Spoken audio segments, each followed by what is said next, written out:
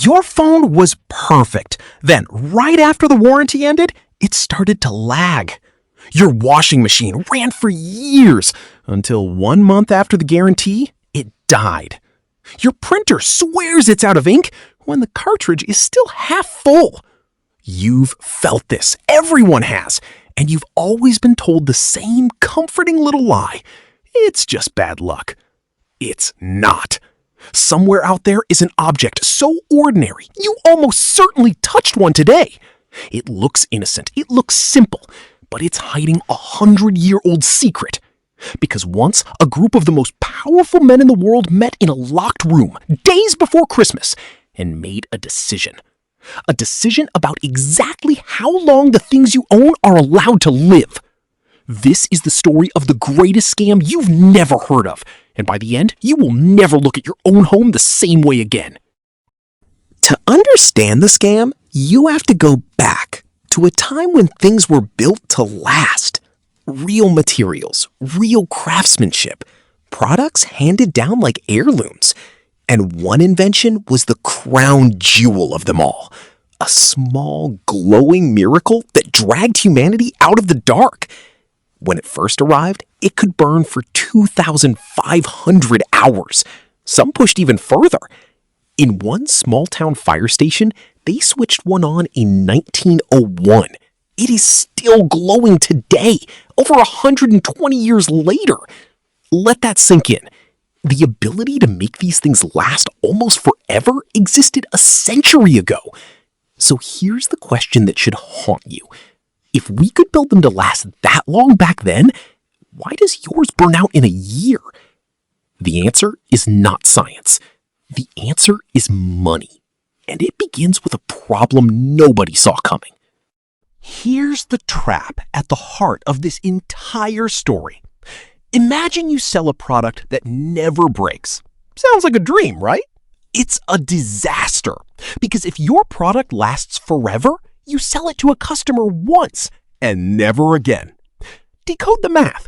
Say you have 1 million customers. If your product lasts 50 years, you make 1 million sales every 50 years. But if that same product breaks every single year, you make 1 million sales every year. Same customers, same product, 50 times the money. The better your product, the faster you go broke. Perfection is poison. And by the 1920s, the men who made our glowing miracle had a terrifying realization. They had made it too well. It lasted too long. Their sales were drying up. And desperate men with fortunes on the line don't fix their product. They fix the game. December 1924, Geneva, Switzerland. Snow on the streets, days before Christmas. Behind closed doors, the most powerful men in an entire global industry gather in secret. Rivals who had spent years trying to destroy each other, now they shake hands. They're here to sign a treaty, not between countries, between corporations. And they name their secret alliance after the ancient god of light. A god's name for a very unholy plan. Their agreement is simple, and it is chilling. From this day on, they will stop competing to make the best product. Instead, they will agree, together, to make it worse. They will decide in this one room exactly how long every one of these products on Earth is allowed to survive. No one voted for them. No customer agreed to it. And for the next 15 years, almost nobody knew it happened. So what did they decide? And what is the product? The answer rewired your entire life, and you've never even heard its name. The product is the light bulb, the one glowing above your head right now. And the alliance had a name, the Phoebus Cartel. Osram, Philips, General Electric, Tungsram, the giants of light united in a single secret purpose. The number they chose, the number that would quietly rule the world for a century, was 1,000 hours. Remember, these bulbs could already last 2,500 hours, some far longer. So the cartel didn't improve them. They cut their lifespan by more than half, on purpose. And do the math on what that means. Halve the life of a bulb, and you don't lose customers. You double how often they come back to buy another.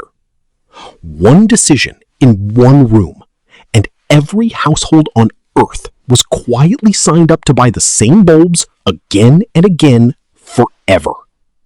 This wasn't a mistake. This was the birth of a strategy. It even has a name, planned obsolescence. And your light bulb was patient zero. But here's the part that turns a clever business trick into something sinister. Making a bulb worse is hard. For decades, brilliant engineers had devoted their lives to making bulbs last longer.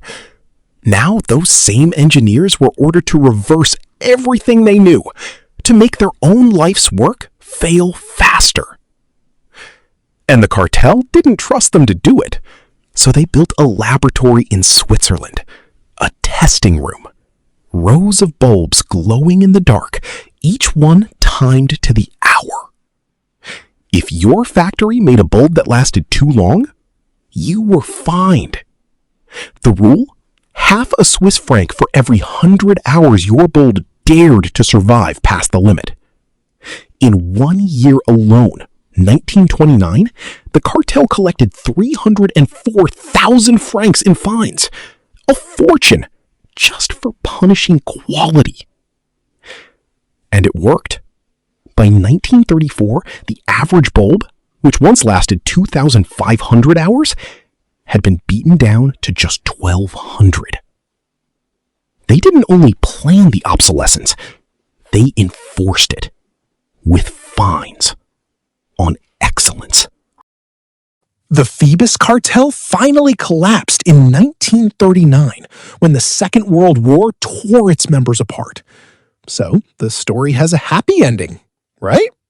Wrong, because the cartel died, but its idea escaped, and it infected everything. Look around your home right now. That printer? The ink inside can cost more than $12,000 a gallon, pricier than fine champagne, and it locks up before the cartridge is even empty. That phone in your pocket?